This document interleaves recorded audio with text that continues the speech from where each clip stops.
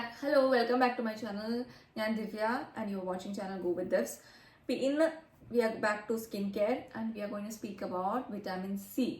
Vitamin C സിറത്തിനെ കുറിച്ചാണ് സംസാരിക്കാൻ പോകുന്നത്. Let's start. Vitamin C. എന്താണ് വിറ്റാമിൻ സി? Ascorbic acid. എല്ലാവർക്കും അറിയാം. അസ്കോർബിക് ആസിഡ് എന്ന് കേട്ടാൽ തന്നെ മനസ്സിലാവണം വിറ്റാമിൻ സി. അസ്കോർബ് എന്നുള്ള വാക്ക് കേട്ടാൽ മനസ്സിലായിക്കോ വിറ്റാമിൻ സി എന്ന സംഭവമാണ്. വിറ്റാമിൻ സി പല ടൈപ്പിലുണ്ട്. അതിൽ നമുക്ക് ഒരുപാട് ബ്രോഡിലേക്ക് പോകാതെ ഒരു കോമൺ ടേംസിൽ വന്നിട്ട് ക്ലാസിഫൈ ചെയ്യാം. ആക്റ്റീവ് അല്ലെങ്കിൽ ഇൻആക്റ്റീവ് അങ്ങനെ പറയാം. ഓക്കെ, ആക്റ്റീവ് ഫോം എന്ന് പറഞ്ഞാൽ അസ്കോർബിക് ആസിഡ് ആണ് ആക്റ്റീവ് ഫോം. ഇൻആക്റ്റീവ് ഫോംസ് പറഞ്ഞാൽ പല ഡെറിവേറ്റീവ്സും ഉണ്ട് ഇൻആക്റ്റീവ് ഫോംസിൽ. ഇൻആക്റ്റീവ് ഫോംസ് പലതാണ്, പക്ഷെ എല്ലാത്തിലും അസ്കോർബ് കണ്ടു കഴിഞ്ഞാൽ മനസ്സിലായിക്കോ അതൊരു വിറ്റാമിൻ സിയുടെ ഒരു ഡെറിവേറ്റീവ് അല്ലെങ്കിൽ വിറ്റാമിൻ സി ആയിരിക്കും. Okay, this is how you identify vitamin C in your ingredient list. Okay, നമ്മൾ എന്ത് സാധനം വാങ്ങിക്കുമ്പോഴും അത് വിറ്റാമിൻ സി ഉണ്ടോ എന്ന് ഡൗട്ട് തോന്നുകയാണെങ്കിൽ ഇത് നോക്കിയാൽ മതി. ഓക്കെ, ഇതിൽ ഏതെങ്കിലും ഒന്നുണ്ടോ, അസ്കോർബ് ഉണ്ടോ, അപ്പോൾ അത് വിറ്റാമിൻ സി ആണ്, മനസ്സിലാക്കിക്കോളൂ.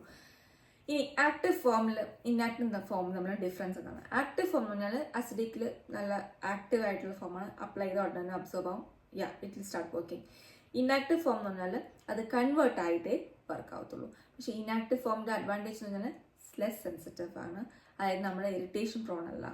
കൂടുതലും ആക്നെ പ്രോൺ സ്കിന്നൊക്കെ കൂടുതലും എഫക്റ്റീവ് ആണ് ഇൻആക്റ്റീവ് ഫോമാണ്. ആക്റ്റീവ് ഫോം ഇറിറ്റേഷൻസ് ഉണ്ടാക്കും. Percentage is very important in active form. If you have 5%, that's more than enough, I would say. 5 to 10% is still okay. 20%, no. Complete no. It's too much.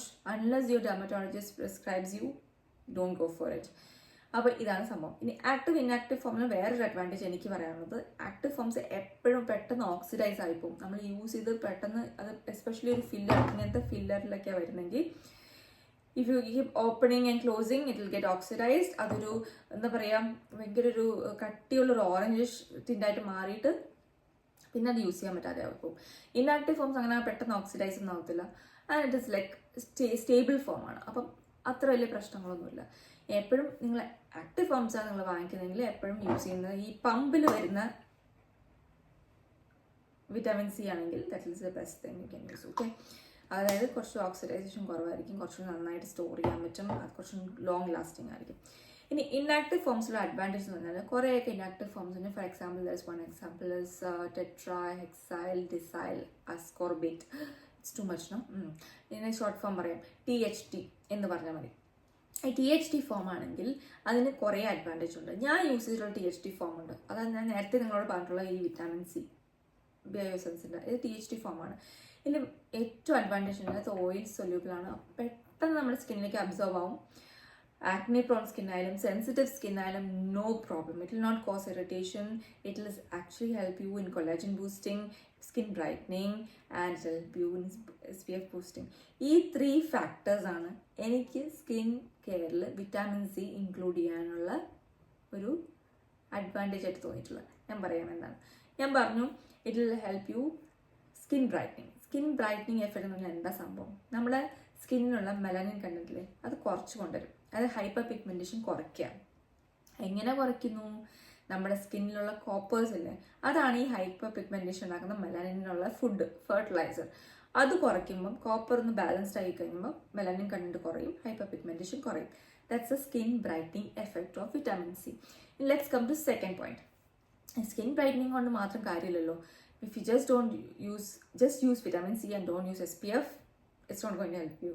ഇത് രണ്ടും കൂടി use ചെയ്യുമ്പോഴാണ് second advantage വരുന്നത്. എന്താണ്? Boosting of SPF ഇല്ലെങ്കിൽ നമ്മുടെ skin എപ്പോഴും disadvantage ഉണ്ട്. UV റേസ് അല്ലെങ്കിൽ എൻവയോൺമെൻറ്റ് പൊല്യൂഷൻസ് അതിൻ്റെയൊക്കെ എഫക്റ്റ് കൊണ്ട് നമ്മുടെ സ്കിൻ ഒട്ടും ഇറ്റ് നോട്ട് സ്റ്റേ ചെയ്യാനും. Okay, so this will help to boost SPF and that's a second advantage.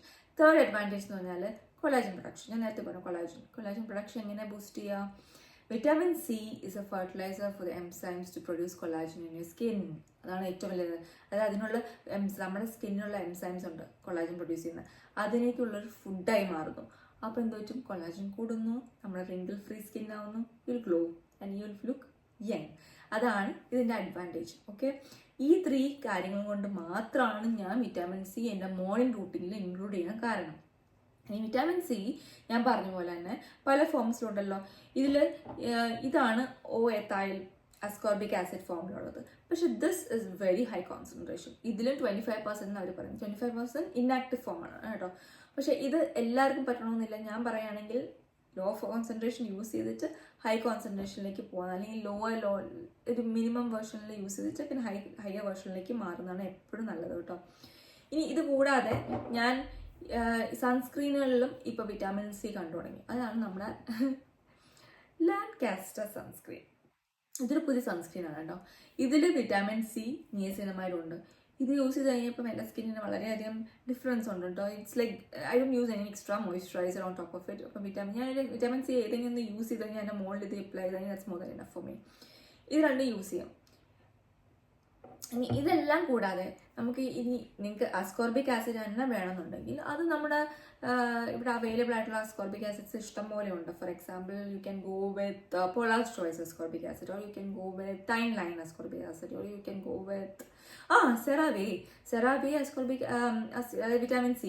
It's one of the visibly available vitamin C. It's not that expensive also. You can use that. അപ്പോൾ ഈ combinations ഒക്കെ use ചെയ്ത് നോക്കൂ. നിങ്ങൾക്ക് ഇഷ്ടപ്പെട്ടാൽ എനിക്ക് പറയൂ, comment ചെയ്യൂ. Then bye bye.